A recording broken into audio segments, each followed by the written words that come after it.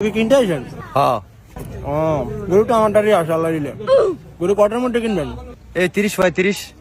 30-35 দিয়ে হাটে গরু পাবেন না, ওই ছাগল পাবেন মিনিমাম 2-2.5 লাখ করে গরু পাবেন। না আমাকে বাজেট যেরকম ভাই এরকমই তো। বাজার ঠিক আছে, মানে 2 লাখ মোটামুটি লাগবো। তাহলে আমাদের একটা লাল ডহার গরু আছে, ডায়াটারি। আব্বা আব্বা আব্বা লাল কিনুম আব্বা আব্বা এটা ডে কিনুম আব্বা জানো দেখ সত্যি সব রাখবা, ফিরেন না কোন মানুষ।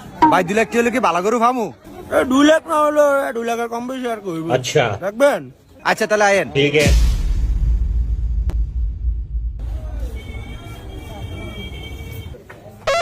আব্বা গুতা দেয়, গুতা দিব না আনার কি সালাম দিব নাই?